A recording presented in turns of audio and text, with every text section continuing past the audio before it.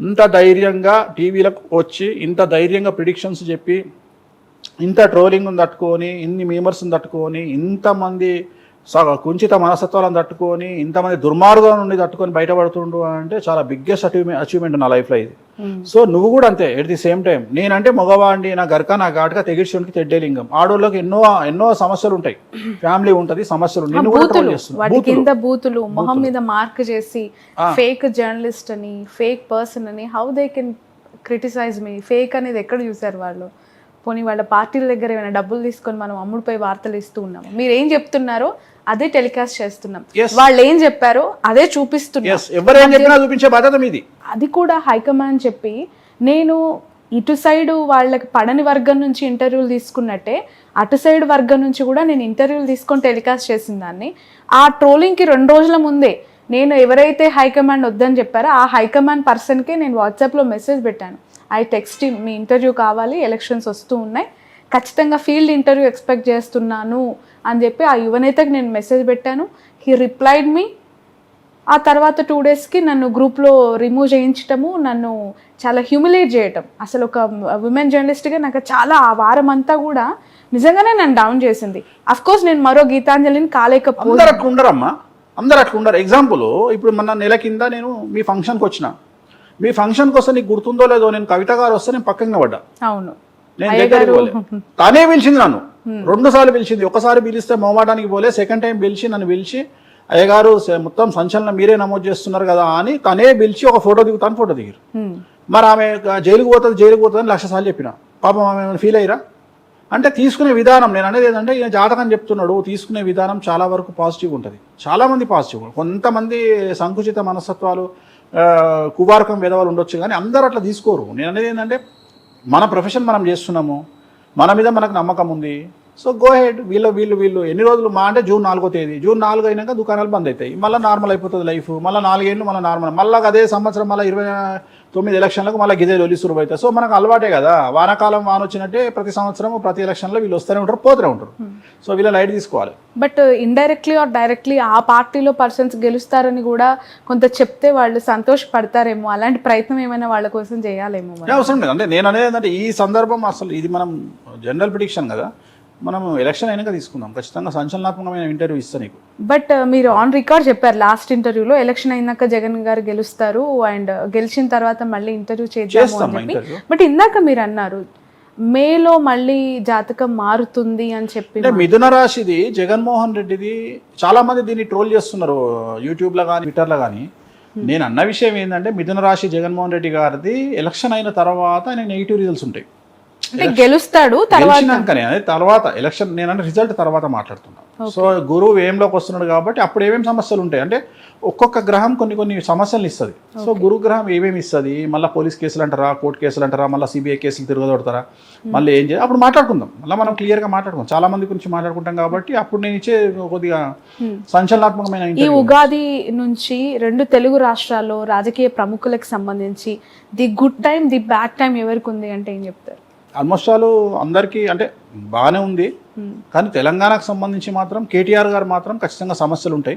ఆయన జైలుకు వెళ్లే సూచనలు కనిపిస్తూ ఉన్నాయి ఈ సంవత్సరం. అంటే ఈ సంవత్సరం అని చెప్పలేను, ఈ ఉగాది సంవత్సరం అంటే 2025 జూన్ లోపు ఆయన జైలుకు వెళ్లే అవకాశాలు ఉన్నాయి కేటీఆర్ గారు 100%. సో అదొకటి. రెండవది బ్యూరోక్రాట్లు అంటే ఏఎస్లు ఐపీఎస్లు ఇంకా అరెస్టు జరిగే అవకాశం కనిపిస్తూ ఉంది. ఆల్రెడీ మీ ఇంటర్వ్యూలోనే మనం మాట్లాడుకున్నాం, లాస్ట్ టైం గుర్తుందో లేదో, పేర్లతో సహా చెప్పినాం మనం, అంటే లెటర్స్తో సహా చెప్పినాం మనం. సో అప్పుడు మనం ఏం మాట్లాడినాం, కవిత అరెస్ట్ అయితే నీ ఇంటర్వ్యూలోనే చెప్పిన, నేను అక్టోబర్లో ఇచ్చిన ఇంటర్వ్యూలో జరిగింది. బట్ కేటీఆర్ గారి అరెస్ట్ దేని వల్ల ఉండొచ్చు అని చెప్పలేమమ్మా. గట్లా చెప్తే మన ప్రిడిక్షన్ ఎందుకైతే నేను ఇన్ఫర్మేషన్ ఇప్పటికే నేను చెప్పేటి జనాలు చాలా మంది ఎందుకంటే నేను చెప్పినవన్నీ కూడా జరిగిన తర్వాత చెప్పినట్టుంటాయి, అంటే విశ్లేషణ చేసినట్టుంటది. అందుకని భయపడుతున్నారు ఏంటంటే ఇంత క్లియర్గా ఎట్లా చెప్పగలుగుతున్నాడు, ఇన్ఫర్మేషన్ ఏమైనా ఉందా వీనికి అనే డౌట్ వస్తుంది జనాలకు. సో నిజంగా నాకు ఇప్పుడు నేనైతే దగ్గరున్న అరెస్ట్ చేపియా కదా, సో ఏ కేసులో పోతాడో నేను చెప్పలేను. సో ఖచ్చితంగా ఆయన కారాగారవాసం అయితే ఉంది కాబట్టి ఆ ఒక్క విషయంలోనే ప్రాబ్లం ఉంది. ఇంకా అంతకు మించి ఇంకా తెలంగాణలో పెద్ద సంచలనాలు ఉండేటువంటి అవకాశాలు అయితే లేవు. రేవంత్ రెడ్డి గారికి అయితే పదవిలో సమస్యలు ఉంటాయి, పదవి గండం ఉండే అవకాశం ఉంది. మేబీ అది ఈ ఇయర్ నెక్స్ట్ ఇయర్ చెప్పలేము, ఖచ్చితంగా సమస్యలు ఉంటాయి. ఇంతకంటే పెద్ద సంచలనాలు నమోదయ్యే అవకాశం లేదు. బట్ 2 తెలుగు రాష్ట్రాల్లో ఒకటి అధికార పార్టీ, మరొకటి ప్రతిపక్ష పార్టీ, చాలా ప్రధానంగా ప్రాంతీయ పార్టీలు ఎక్సెప్ట్ కాంగ్రెస్ చాలా స్ట్రాంగ్ గా ఉన్నాయి. ఇక్కడ బీఆర్ఎస్ పార్టీకి ఎందుకు ఈ పరిస్థితి వచ్చింది? పేరు వల్లనే మనం మాట్లాడుకున్నాం కదమ్మా, బీఆర్ఎస్ అనే పార్టీ పేరు. ఎర్రబల్లి గారు కూడా నిన్న నాకు తెలియదు ఆ విషయం, నేనైతే మార్చాలని చెప్పిన. పేరు మార్చే సూచనలు ఉన్నాయి అని చెప్పారు. పేరు అనివార్యం అంటారు, అది మారుస్తారు, మారుస్తే మన తట్టుకుంటది పార్టీ, మళ్ళీ నిలబడుతుంది. బీఆర్ఎస్ అయితే మాత్రం ఇక పార్టీ ఉండదు, ఇక ఆ పార్టీ నాశనం అయిపోతుంది మొత్తం. సో అందుకని దాన్ని టీఆర్ఎస్ గా మారిస్తే మంచిది. ఇది నా సలహా అనుకున్నా పర్వాలేదు, ఖచ్చితంగా మార్చే అవకాశాలు కనిపిస్తున్నాయి నాకు కూడా. అంటే నాకు కూడా ఎవరో చెప్పారు, అది నేనే రీజన్ అని కూడా చెప్పారు నాకు. అంటే మీరే చెప్పిండ్రు కదా, నీ ఇంటర్వ్యూలో చెప్పిన గుర్తుంది కదా. సో వేణుస్వామి గారు మీ వల్లనే బీఆర్ఎస్ పార్టీని టీఆర్ఎస్ గా మార్చే అవకాశాలు ఉన్నాయి, మీరే రీజను, మన మీటింగ్ లో కూడా మీ గురించే మాట్లాడుకున్నాము అని చెప్పిన. సో ఇట్లా నమ్మే వాళ్ళు కూడా ఉంటారు, మార్చుకునే వాళ్ళు కూడా ఉంటారు, ఎట్ ది సేమ్ టైం తిట్టే వాళ్ళు ఉంటారు. సో నేను అదే చెప్తున్నా, చెరువు మీద కడుక్కోకపోతే నాకు వచ్చే నష్టం ఏం లేదు. వేణుస్వామి దుకాణం బంద్ చేయమంటే ఇలా దుకాణం బంద్ చేస్తాడు, రేపటి నుండి దందా చేసుకుంటాడు, మటన్ కొట్టు పెట్టుకుంటాడు, చికెన్ కొట్టు పెట్టుకుంటాడు, మందు కొట్టు పెట్టుకుంటాడు. I'm ready to business anything, ఏదైనా చేసుకుంటా, రియల్ ఎస్టేట్ చేసుకుంటా, నాకు వచ్చే భయం ఏం లేదు. చాలా మంది నన్ను ఫైనాన్షియల్ కొడదాం అనుకుంటున్నా, అది మీ జన్మ ఇంకా 100 జన్మలు ఎత్తినా మీ వల్ల కాదు, 100 జన్మలు ఎత్తినా నన్ను ట్రోల్ చేసిన అయితే నాకు ఎంజాయ్ చేస్తా. నేను రాత్రి నా స్టేటస్ చూసినావు కదా, వేణుస్వామి స్టేటస్ పెట్టుకుని పండుకున్నాను నేను ఎంజాయ్ చేసి. సో ఐ లవ్ ట్రోలింగ్ అని పెట్టిన, I love meming, I love trolling. So నేను ఎంజాయ్ చేస్తాను, నాకు వచ్చిన చేసుకున్న వాళ్ళకి చేసుకున్నా, అంత ఫ్రీ పబ్లిసిటీ ఇచ్చుకోండి, ఎంత ఇచ్చుకుంటారు. బట్ ఎంత అనుకున్నా కూడా ఎక్కడో ఒక దగ్గర మనసులో, అంటే being in family person, wife పాప దగ్గర డిస్కషన్స్ వచ్చినప్పుడు అనిపించదా, మేబీ ఒక్క సందర్భంలో నేను బాధపడకుండా వాళ్ళు బాధపడతారు కదా, పాప బాధపడుతుంది కదా, మా ఆవిడ బాధపడుతుంది కదా. ఇప్పుడు మనం అదే కదా చెప్పుకుంది. ఇప్పుడు మన కొడాల నాని గారు వస్తే తను అదే చెప్పింది, అన్న చాలా టార్చర్ పెడుతున్నారన్న, భయంకరమైన టార్చర్ పెడుతున్నారన్న, బాగా టార్గెట్ చేస్తున్నారన్న. సరే అమ్మ పట్టించుకోవద్దు, వాళ్ళు చెప్పేది వాళ్ళు చెప్తారు, నేను చెప్పినట్టే వాళ్ళు చెప్తారు, పట్టించుకోవద్దమ్మా ఉంటుంది. బాగా సఫర్ అవుతాము, ఇక వీటన్నిటికీ సమాధానం చెప్పేది ఉందమ్మా. ఎలక్షన్ అయినాక చెప్దామని ఆయన రైట్. ప్రశాంతమైన వేణుస్వామిని ఉగ్రరూపంగా చూస్తాం, అప్పుడా అన్ని దాచిపెట్టుకుంటున్నారు అయితే లోపల. ఎలక్షన్ల కోసం వెయిటింగ్ అమ్మా, ఎలక్షన్ అయిన తర్వాత చాలా మంది కాన్సల్ చేసేది ఉంది. బిఫోర్ దట్ నేను ఇంకొక క్వశ్చన్ అడగాలి ముందు సబ్జెక్ట్కి సంబంధించి. మామూలుగా పుట్టినరోజు యాజ్ పర్ డిఓబి చేసుకుంటాం, డేట్ ఆఫ్ బర్త్ పుట్టిన డేట్ ప్రకారం మనం చేసుకుంటూ ఉంటాము. ఆ రోజు మన పుట్టినరోజు సెలబ్రేషన్స్ మన స్థాయికి తగ్గట్టు ఉంటాయి. బట్ చనిపోయిన తర్వాత, చనిపోయిన రోజుని మాత్రం తిథి ప్రకారం ఎందుకు చేసుకుంటారు? చనిపోయిన రోజుని ఎందుకు కన్సిడర్ చేయాలి? నీ ప్రశ్ననే తప్పమ్మా. నువ్వు అడగాల్సింది ఏంటి అంటే పుట్టినరోజును దేన్ని బేస్ చేసుకొని చేయాలని అడగాలి. చనిపోయిన రోజును తిథిని బేస్ చేసుకొని చేస్తారు. అప్పుడు నీ క్వశ్చన్ ఏమని ఉండాలి అంటే ఫస్ట్ క్వశ్చన్ రాంగ్, ఇది కూడా తిథి ప్రకారమే చేయాలి కాదు, నక్షత్రం ప్రకారం చేయాలి. మనకు జ్యోతిష శాస్త్రం కానీ మన హిందూ ధర్మ శాస్త్రాలు కానీ ఏం చెప్పినాయి అంటే పుట్టినరోజుకు నక్షత్రాన్ని బట్టి చేసుకోవాలి. దాన్నే తిరు నక్షత్రం అంటాం. తిరు నక్షత్రం అంటే ఉదాహరణ, ఇప్పుడు నేను పుట్టిన నక్షత్రం ఒకటి ఉంది, ఆ నక్షత్రం ఏ రోజు ఉంటే ఆ రోజు నా పుట్టినరోజు చేసుకోవాలి. ఇప్పుడు ఉదాహరణ అబ్జర్వ్ చేస్తే కృష్ణాష్టమి అని చేస్తాం, కృష్ణాష్టమి చేస్తాం. కృష్ణాష్టమి ఎప్పుడు చేస్తాం? రోహిణి నక్షత్రం, జనరల్ గా రోహిణి నక్షత్రం. కొంతమంది అష్టమి రోజు చేస్తారు, కొంతమంది రోహిణి నక్షత్రం రోజు చేస్తారు. జనరల్ గా చనిపోయినటువంటి డేటు తిథిని బేస్ చేసుకొని చేస్తారు. ఆ తిథి కూడా మధ్యాహ్నం ఖచ్చితంగా 12:30-1 గంటకు ఉండాలి. అంటే సూర్యోదయానికి ఉండడం ప్రామాణికం కాదు ఇక్కడ. ఇప్పుడు ఉదాహరణ, ఒక వ్యక్తి త్రయోదశి నాడు చనిపోయింది అనుకుందాం సపోజ్.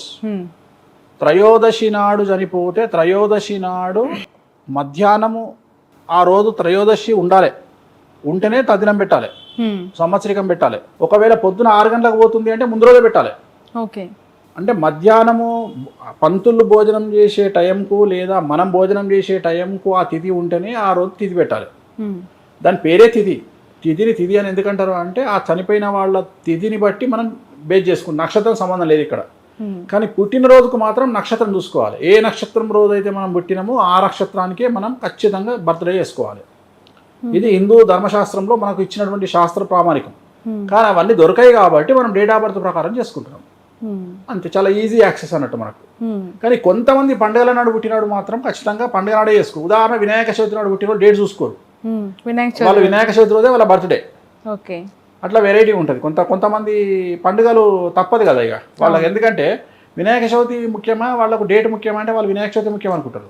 ఎందుకంటే వాళ్ళ ఫెస్టివల్ ఇంకో ఫెస్టివల్ కలిసి వస్తుంది కాబట్టి, రెండు కలిపి వస్తున్నాయి కాబట్టి అట్లా చేసుకుంటారు. రైట్.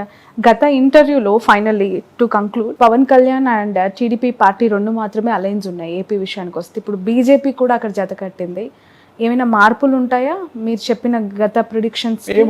అంటే ఆ మూడు పార్టీలు కలుపుకొని చాలా స్ట్రాంగ్ గా జగన్ గారి పైకి ఇప్పుడు దూసుకొస్తూ ఉన్నాయి.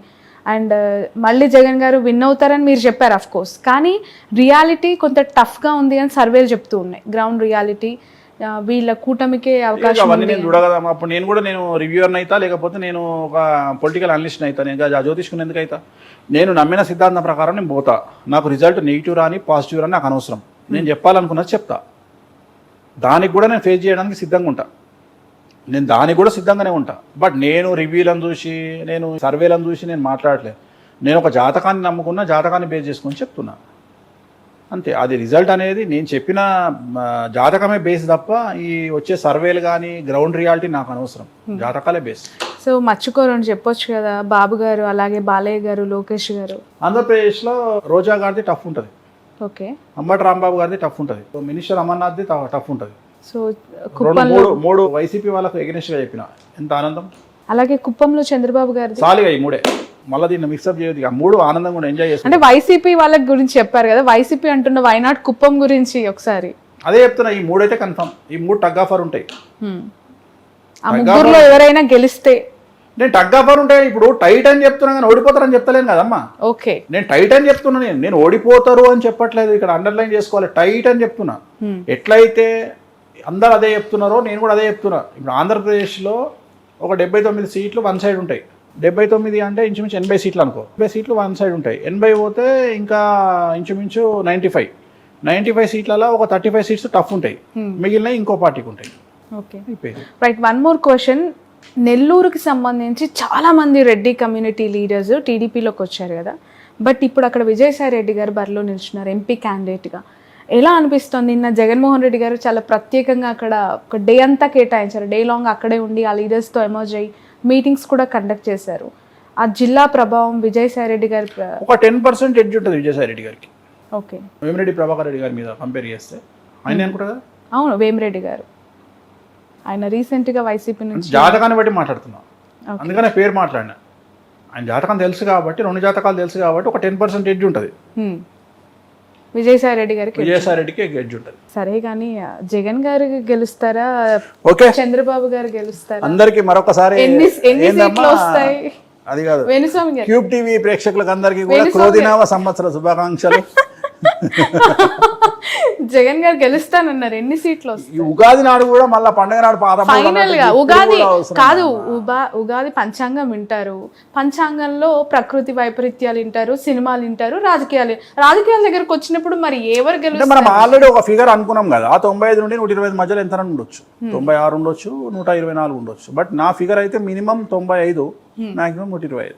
ఇప్పుడు ఆపరేషన్ లేకుండానే మోకాళ్లకు ప్లాస్మా ట్రీట్మెంట్. మీ ఆర్థోపెటిక్ సమస్యలన్నిటికీ రోబోటిక్ టెక్నాలజీ ద్వారా తక్కువ ఖర్చుతో శాశ్వత పరిష్కారం. Free consultation. ప్రతి ట్రీట్మెంట్ పై 20% డిస్కౌంట్. ఈ ఆఫర్ కొద్ది రోజులు మాత్రమే. త్వరపడండి. V9 hospitals 9281465842.